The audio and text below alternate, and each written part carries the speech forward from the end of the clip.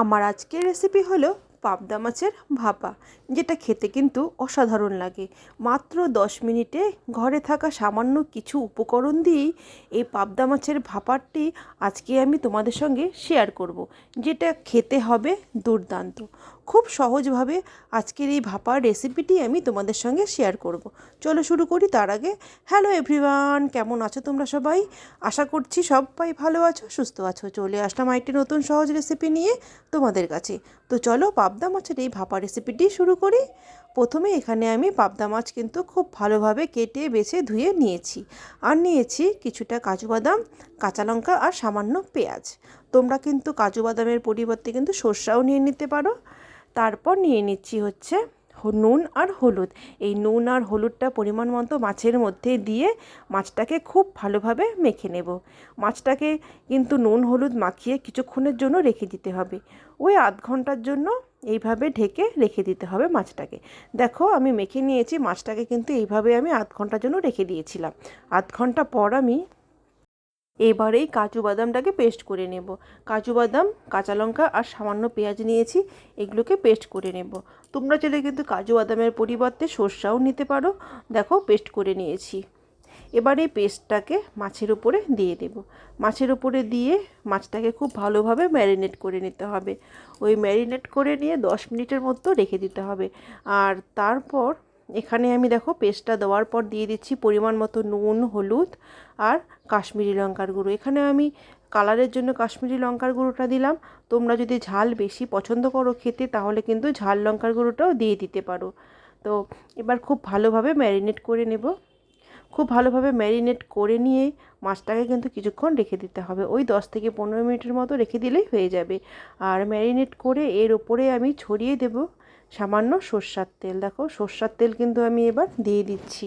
এই সর্ষের তেল দিয়ে ওই 10 থেকে 15 মিনিটের মতো রেখে দিলেই হয়ে যাবে। আমি ওই 10 মিনিটের মতো রেখে দিয়েছিলাম।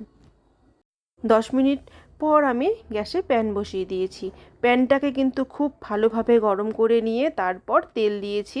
তেলটাকেও খুব ভালোভাবে গরম করে নিয়ে প্যানের চারপাশে ছড়িয়ে দিলাম। ছড়িয়ে দিয়ে তারপর দিয়ে দেব ফোড়নে কালো জিরে আর দুটো কাঁচা লঙ্কা চিড়ে। এখানে কাঁচা লঙ্কা দিলে কিন্তু বেশ সুন্দর একটা স্মেল হয় কাঁচা লঙ্কার, তাই আমি কাঁচা লঙ্কা ফোড়নে দিলাম। আর তারপর ফোড়নটাকে ভেজে নিয়ে এখানে খুব সাবধানে দিয়ে দেব সেই মাছগুলোকে। এই মাছগুলোকে কিন্তু খুব সাবধানে দিতে হবে, তা না হলে কিন্তু ভেঙে যেতে পারে। তাড়াহুড়ো করে ছাড়লে কিন্তু ভেঙে যাওয়ার সম্ভাবনা থাকে, যেহেতু মাছগুলোকে ভাজিনি। ভাপা তৈরি করব, সেই জন্য কিন্তু আমি মাছগুলোকে ভাজিনি। তাই মাছগুলোকে খুব সাবধানে কিন্তু আমি এর মধ্যে দিয়ে দিলাম।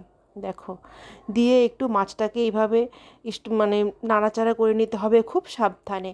তারপর এর মধ্যে সেই যে মশলা পেস্ট করেছিলাম, সেই মশলা ধোয়া জলটা একটু দিয়ে দেবে। তোমরা যতটা ঝোল খাবে সেই বুঝে ঝোলটা দেবে। আমি এখানে দিয়ে দিলাম। তারপর ভালোভাবে একটু মিশিয়ে নিয়ে ঢাকা দিয়ে আমি ফুটিয়ে নেব। হাই হিটে ঢাকা দিয়ে ফুটিয়ে নেব। দেখো ফুটে এসছে কিন্তু এবার ঝোলটা। তারপর দেখো ফুটে এসছে।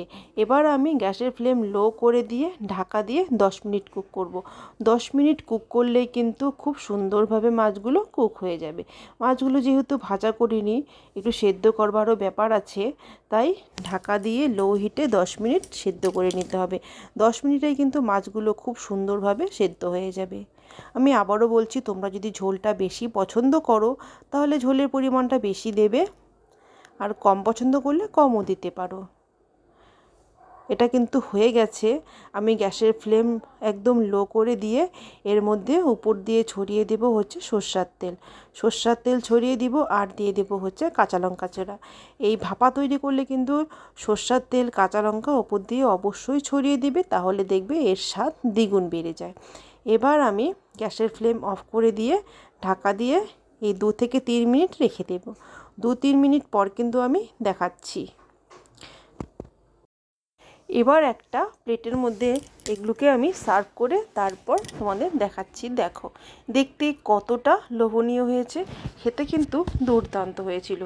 গরম গরম ভাতের সঙ্গে খেতে কিন্তু অসাধারণ লাগবে। এই গরম ভাতের সঙ্গে যদি এই পাবদা মাছের ভাপাটা দিয়ে ভাত খাও তাহলে দেখবে আর কোনো কিছুরই প্রয়োজন পড়বে না। এক থালা ভাত এই ভাপা দিয়েই খাওয়া হয়ে যাবে, আর যাকে খাওয়াবে সেই কিন্তু তোমার প্রশংসা করবে। তো বন্ধুরা, বাড়িতে কিন্তু অবশ্যই এইভাবে পাবদা মাছের ভাপা রেসিপিটি একবার ট্রাই করো। খুব সহজভাবে তোমাদের সঙ্গে এই রেসিপিটি আমি আজকে শেয়ার করলাম। আশা করছি রেসিপিটি তোমাদের ভালো লেগেছে। আর যদি ভালো লাগে তাহলে কিন্তু অবশ্যই লাইক আর শেয়ার করো। আর আমার চ্যানেলে নতুন এসে থাকলে আমার চ্যানেলটিকে সাবস্ক্রাইব করো। দেখা হবে আবার আরেকটি নতুন সহজ রেসিপিতে। ভালো থেকো, সুস্থ থেকো, টাটা।